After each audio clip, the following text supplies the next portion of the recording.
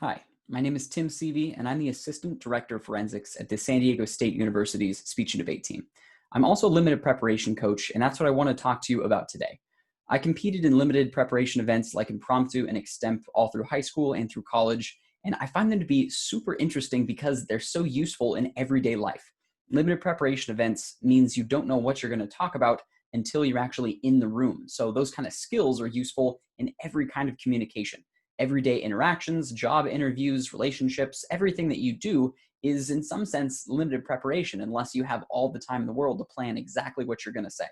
So today I want to first talk about impromptu and then second to talk about extemp, the two of the events that are competitive limited preparation events. So as I mentioned in competitive speech, there's two types and the structure is really the same. So it allows you to play to your strengths. First, let's talk about impromptu. So impromptu speaking is a 2-minute preparation, 5-minute speech type of event. That means that you don't have nearly enough time to plan everything you want to say. So you just give yourself bullet points and talking points and follow the structure of what that speech looks like. So impromptu is based around a quotation. That quotation could be from anything, but for example, it could be Michelle Obama's quotation, when they go low, we go high. Now it's your job as the speaker to come up with what that quotation means. The entire speech of impromptu is based around your interpretation of that quotation. And then you give examples that can be about just about anything that prove your point. So there's really no wrong answers in impromptu. And that's what I think is so much fun about it. You can talk about anything in relation to that interpretation. You can talk about TV characters or books or movies or scientists or historical figures or theories or animals or cartoon characters, anything that you want to discuss that still proves your point, and that's what makes it so fun. So in preparation time, in that 2-minute window, you get to write on a 3x5 index card. So you will have a little bit of notes, and it's useful in that time to be able to jog your memory. But because it's such a short time and only 5 minutes of speaking, you can't write down everything that you want to say.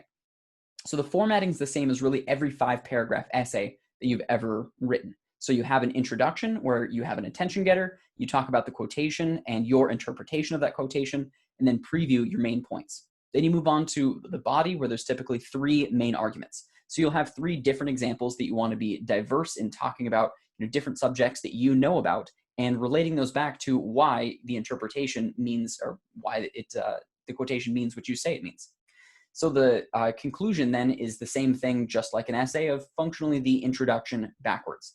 So the really best impromptu speeches that you'll ever see are somewhere between like a TED Talk and stand-up comedy, where you're able to casually weave through both interesting, fascinating subjects and some humor to make for a charismatic but informative presentation.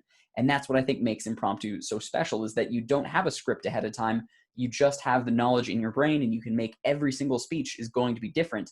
And yet the best impromptu speakers can make it seem like they've been prepared forever. So now that we've talked about impromptu, let's look at extemp. So extemporaneous speaking is a little bit more structured than impromptu, and it's a little bit more serious. So if you like to keep up with the news, you like to have political conversations or talk about social issues in the world, then extemp is probably something you're going to love. So extemp is 30 minutes of prep time for a 7-minute speech. And the difference here, and the reason why it's more tricky, is that you have to incorporate 10 or more academic sources. So news sources or research journals, publications, etc. You have to have 10 plus sources in your speech to prove your point. So rather than a quotation like impromptu, in extemp, it's based around a question. So that question could be something like, how should the Democratic Party change its tactics to appeal to more young voters? So any of these kinds of questions will be asking you to either provide solutions or to predict particular outcomes or to analyze the situation. So sometimes they're really specific detailed questions about domestic issues. They can be economic subjects, they can be international, wherever it happens to go, you get to answer that question in the way that you see fit.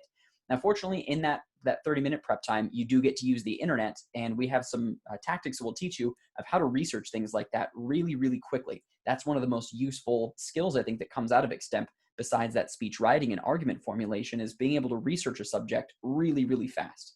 So the format to an extemp speech is really about the same as impromptu, in that you have an attention getter and an introduction, answer to your question, a preview, and then you have your body points where you're going through reasons and justifications why this is the solution, or why the prediction that you have for the outcome will be the case, or your particular analysis.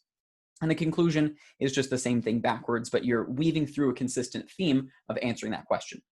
The cool thing about extemp is that if you get good at extemp, research papers become an absolute breeze, like the easiest thing you'll ever do, because you're used to preparing multiple research papers in one single tournament with only 30 minutes of prep per paper. So it becomes a whole lot easier to do the research, formulate your arguments, and put it down in a concise way. So a really valuable skill.